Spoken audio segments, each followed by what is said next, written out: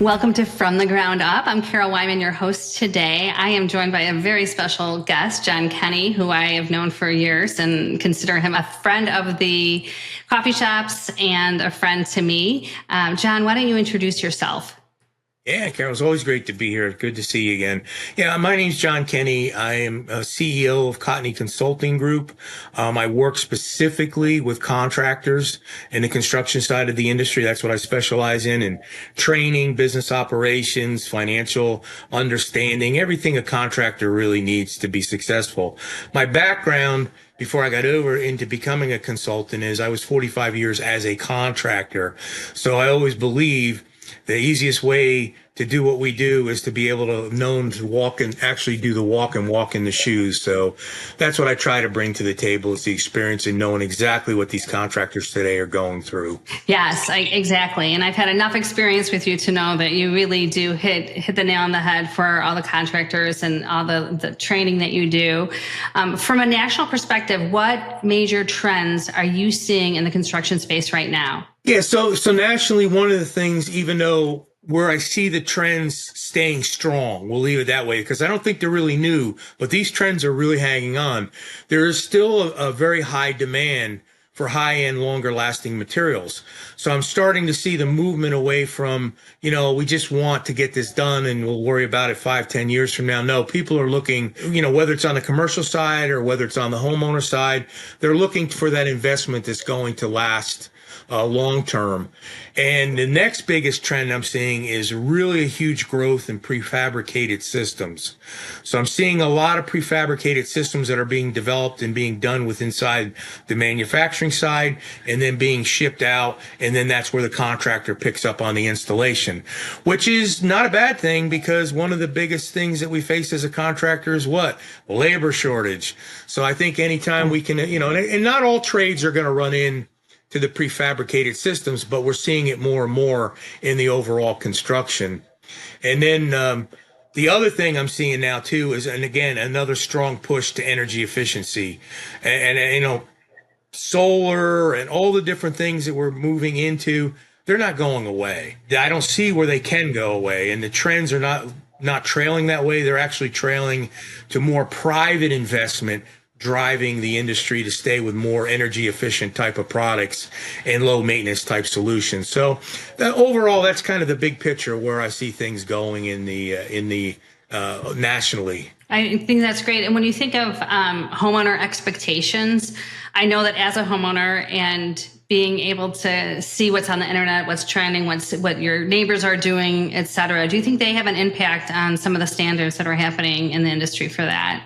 Oh, yeah. Homeowners are becoming more and more educated. So the thing about homeowners is they had access to the internet and Google searches and all that stuff for years, but now they have access to AI, and they can really do some deep dive research. And it's not finding research on AI with contractors is a little bit difficult because it depends on what they goes and picks up.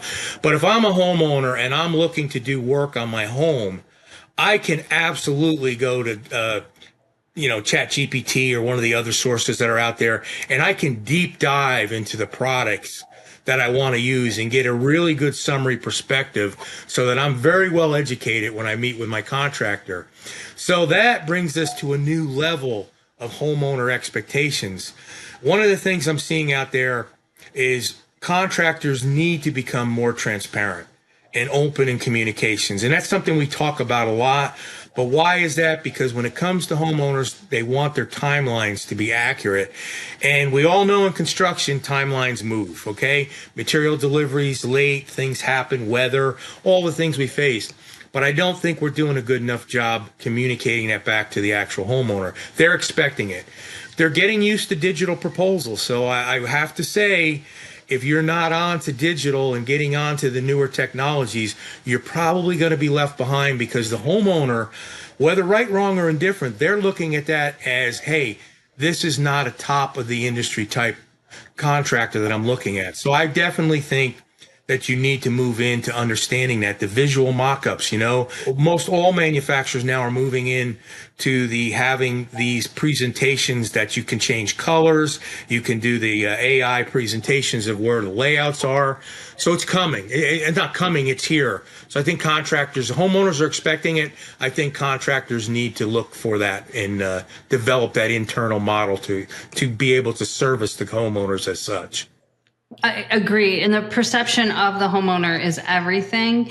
And it shows that credibility, whether or not it's true or not, there's some sort of credibility if you're offering the latest and greatest in technology along with your service.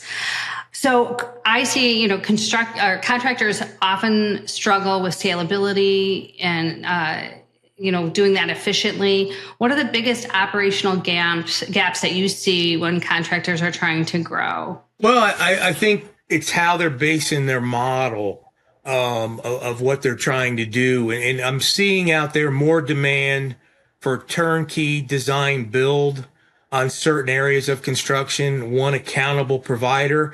So what does that mean for not the design build? Well, you're able to bring other subcontractors in to finish a project, and now you become more of the top tier, basically general contractor, even if you're doing a portion or a lot of the work yourself. But most homeowners and in the commercial side are looking for that one point of accountability.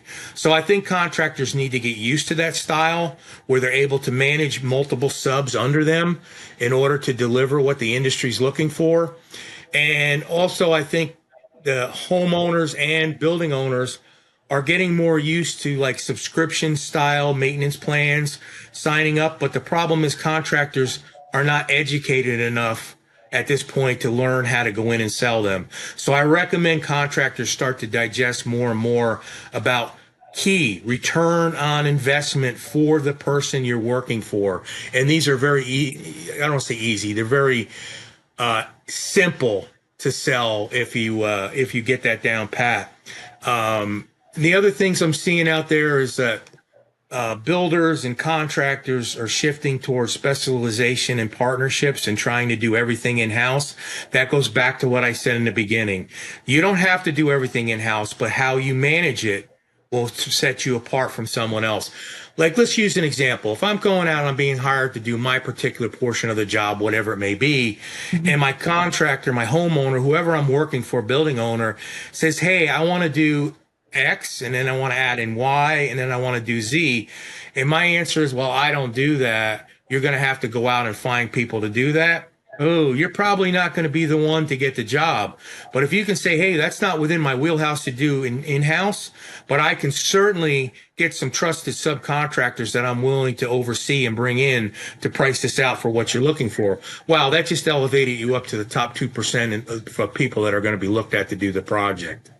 Absolutely. You're saving the homeowner from having to manage a project, because then they have to get involved in things that they're not an expert at. And so I absolutely agree with that. And I think it's really important for contractors to be able to network with other contractors and be in a like setting. And I know that, that's our goal, is connecting an industry here at Outdoor Coffee Shop, as well as all the coffee shops. But being able to talk to the right people and be able to network with them so that you have a trusted relationship, so that you can be a general contractor, so to speak, for these projects. So I see exactly where you're coming from, and no homeowner needs the extra burden of trying to have to hire different subs for different things and fill in the gaps. That's as a homeowner, I don't want to do it. So I know they don't either. No, I have a lot of examples of having to do that, and it did not go well. So where should contractors focus first if they want to improve profitability? Is it pricing, labor, operations, something else? Am I missing something? Oh no, you got my heart overwhelmed at this point, because you're right at the core of what I like to do. Estimating accuracy. Okay, estimating is the foundation of all your profitable success. If you don't have the correct pricing, it doesn't matter what you sell it at, because it's wrong anyways. And that's kind of sums it up in a 30,000 foot view. But most contractors, especially contractors working in the residential world, underprice their labor, because they're too aggressive and thinking like, well, if I'm doing this, this is how fast I can do it. That's not how we think as a contractor. We think about who's going to be doing the work and what kind of a production rate am I getting out of who's doing the work. We all started in the trade. You know, if you started in the trades, you know what you can produce at, but that doesn't mean the other 5 people on the job site are going to produce the same. So don't underestimate your production time. And then you got to really track your true labor burden. So this is something that a lot of times residential contractors, especially, this is kind of foreign in nature of understanding it. But these are all the things, your insurances, you know, allowances. And I mean, there's a whole lot of things that go into it. And that could be a whole nother webinar or seminar here. But for that, understand what the burden is. And how do you find that out? Talk to your accountant. Your accountant absolutely will be able to help you out and point you in the direction to make sure you're capturing all your costs. Because one thing, and I'm going to move on from burden, one big thing about burden is if you don't capture it in your bare cost estimating, overhead does not cover it regardless what you use. And there's only one place it comes out of, and that's your profit margin. So understand that it's a profit killer. Wow, that makes sense. Yeah, absolutely. And next, let's go to operations and job costing. All right. So again, if you can't measure your production, there's no way of improving it. So you have to track what's being done. And I know we all get busy as a contractor, and it's like, hey, I'm already on to the next job, or I'm out trying to sell work. But if you don't know how you perform, you're not going to know how to bid your next job. If you know the best way to predict your future performance and profitability is to understand what your actual past performance was.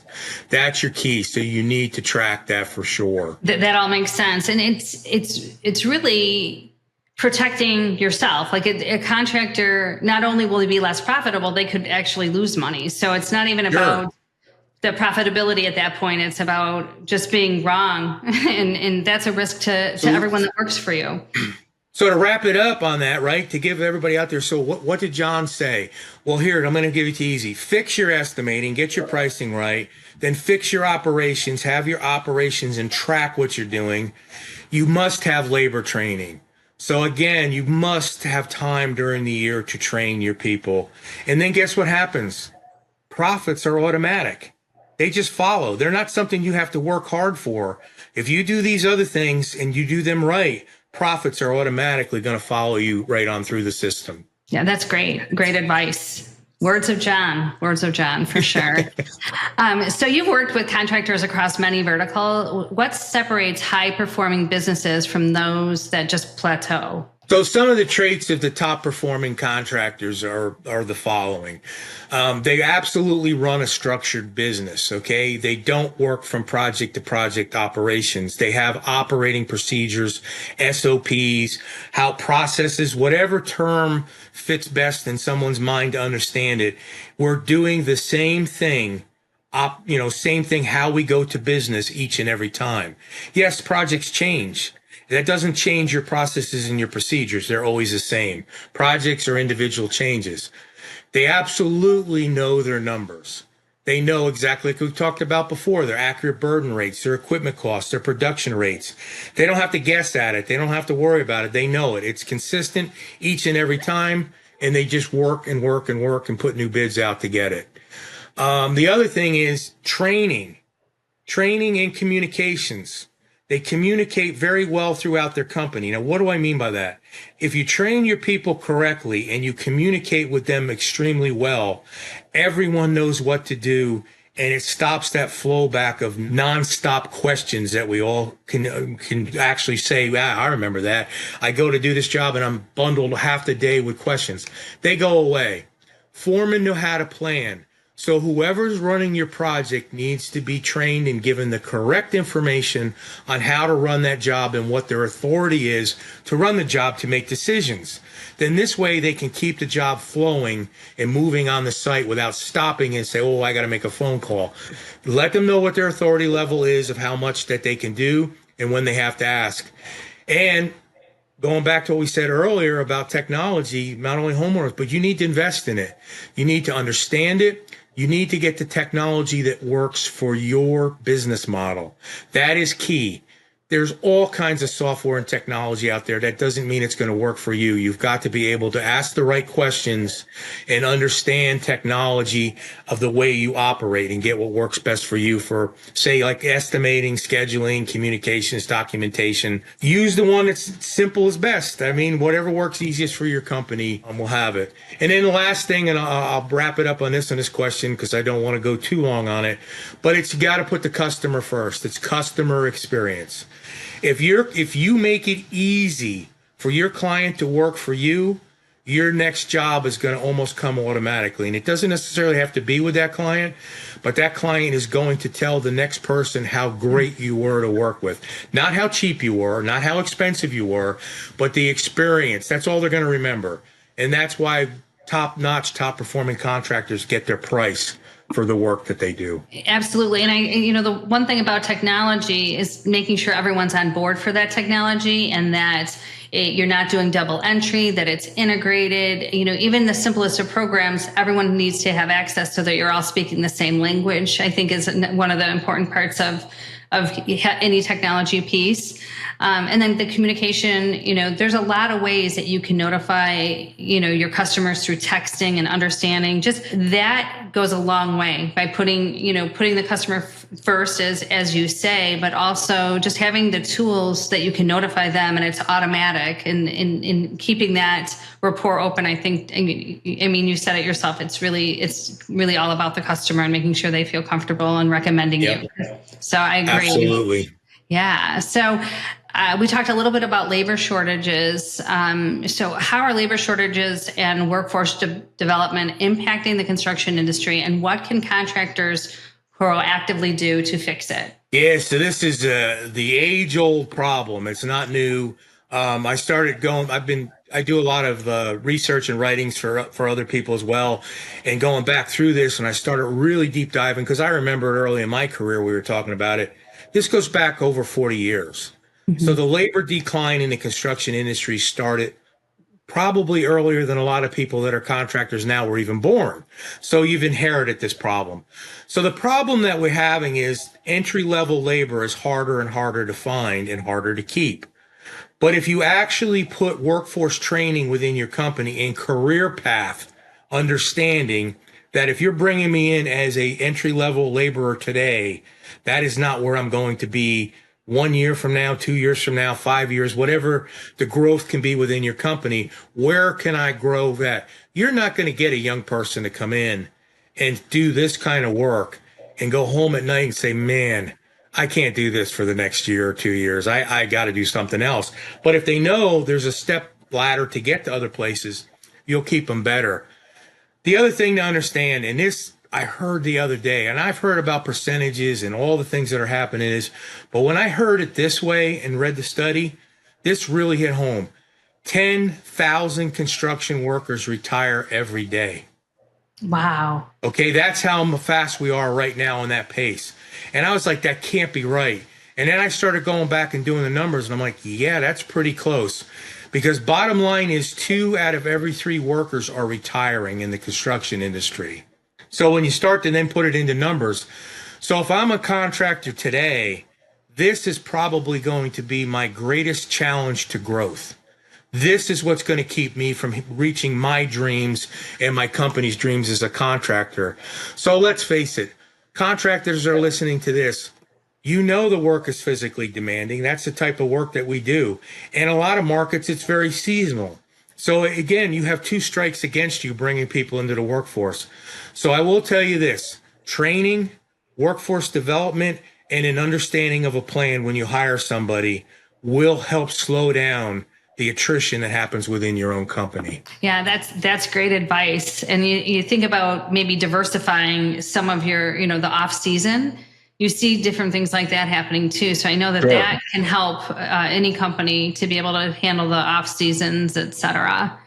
Oh yeah, back in my early days, doing roofing and that during the clear weather, back up in a snow area, I went to then in the winter. What did I do? I worked for my friend who had a landscaping business in the summer and the fall and the spring. What did we do in the winter? We plowed. Yeah. So it was snow removal. So yes, you're right. You have to diversify.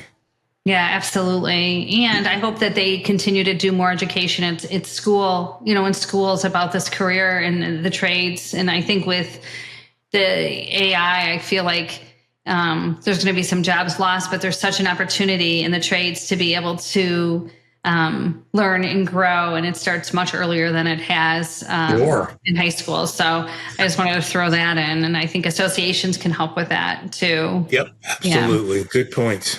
Yeah. So many contractors underestimate the importance of standardized processes, which I know you are a guru at. What are some important processes every contractor should have documented? So number one, it's absolutely essential that you document your processes. If you don't, you will never get to the success level that you want to be. It's as simple as that, right? We can, people can argue the points of, well, this works well for me. Well, it only does up to a point. If you ever want to get to the point where you're working on your business instead of in your business every day, you have to document your processes, and you have to do things like, what do you do? Estimating procedures, have templates set up. Unit rates. A lot of these contractors that are on here today can absolutely do unit cost estimating and be very successful at it.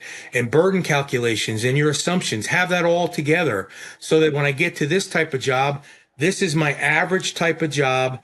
And now what makes this job different from that? And you make your adjustments from there. So your processes are accurate and repetitive. Sales to production handoff. That's where we lose it. If we price correctly, what happens to the people out in the field that got to do the work? If they don't have that instructional layout of exactly what's expected to be done by how you sold your job, that's where the next profit margin shrink happens, right? Loss of profit. So again, look at it this way. Have good job setup and closeout procedures, daily and weekly crew reporting, whatever you need, depending on the size of your company. Why is that important? Because you can't track your job costs unless you know where everything's at. And understand change orders. Don't make very clear up front what you're including and what you're not including. And when something comes up that's outside of what you contracted for, don't put your head in the sand.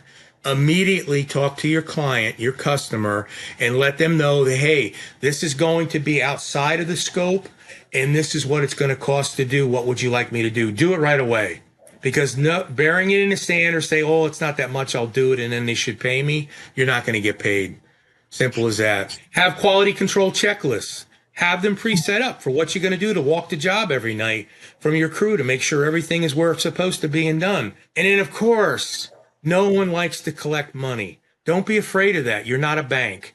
Put your payment terms right up front and go get your checks or your, credit card payments, whatever it may be. Get your money when you're supposed to and close your projects out. And then don't forget about giving your clients at the end any warranty and maintenance documents and procedures that they need to understand. Take that 5 minutes to walk them through it personally. They're going to appreciate that even more. Just handing them a pack of closeout documents is useless. So again, walk them through what they need to do. And I really think if you document all your processes, your efficiency is going to rise. That's different than production. You want to be efficient. You're going to have less mistakes. And then your onboarding, which goes back to our labor problem, becomes a lot easier, and everybody already knows what their expectations are. That's great. I think it creates a great opportunity for no anxiety, from everybody that's working on it. You set the expectations early. You're not a bank. I think that's such an important part to make, because I think people think, well, I can just fit it and I can do this. And it's really not part of the scope of work that was originally discussed. So you should get paid for it. Or, there's always this, having a clause in there for unanticipated things, having a contingency. There's definitely ways that you need to protect yourself, but having it documented so that you don't get stuck, with that. So I think, thank you for that. That's the processes. And I don't know if you ever think within a company, they should test people on the street. Have you found the way to be able to make sure people are checking the boxes and making sure they're following protocol for that? And, sure, absolutely. That's the accountability and the follow-up of your processes. And that, again, if you have solid processes put together, it's very easy to go through your entire team and know who's following them and who's not following them. And then that also gives you always start out with an education opportunity. If somebody's not following your processes and your procedures, have that talk and educate them to what you expect out of them again. And then after that, of course, it could go to any level. Maybe they're not a fit for your company, but I usually find the majority of people after that first educational run of what they're not doing correctly to how the company operates. It could have been something missed in onboarding, something they didn't understand. Some people need to try it first and then be re-educated on it, and they move on just fine. So you got to take care. You got to take the opportunities as they come. Absolutely. I think that's great. So if you could give one piece of advice to a contractor wanting to future-proof their business, what would it be? Wow, let's try to sum all this up now. Let me give it a quick think here while we're going. So I would say, to kind of put it all into a nutshell, my advice would be, build your business around systems, not yourself. Okay. Your business should be able to operate with you being taken out, because your systems and processes are you. So that's the key. Don't build around yourself, build them around your systems and processes. Contractors who win and become successful top performers in the next decade are going to be the ones who run operationally disciplined companies, and they support it with technology, strong estimating, workforce development, which we talked about. And then on top of that, you have to have a consistent customer experience, because if you do everything other than this, you're probably still going to fail and struggle. You have to have all these parts put together. Wow. Thank you. That's a strong message. I think that sums up a lot of why people fail, is that they do put themselves first and they go through it as opposed to setting up things around a process. I think that's very, very good advice. So John is full of great trainings that he offers throughout the year. If you need to get in touch with him, he definitely consults. How can people get a hold of you, John? Oh, you can visit my website, right? And you can contact me right through there, which is cotneyconsulting.com. And you certainly can email me direct, which is Kenney. It's Jkenney. A lot of people forget the last EY at cotneyconsulting.com. Feel free just to reach out. Hey, John, I saw you on, Outdoor Coffee Shop. I have a question. I'm going to answer your question. I'm happy to talk to you. It's not a problem. Yes, always good advice, and just a great face in the industry. Thank you so much for joining us today. I really appreciate all your advice. My pleasure. Yeah. Again, and we'll see him throughout the year. He's an influencer on Outdoor Coffee Shop, so we're really lucky to have him. Thanks everybody for being here today. Enjoy the day. Hopefully you get out and smell the roses a little bit. Thanks. Yeah, thank you everyone.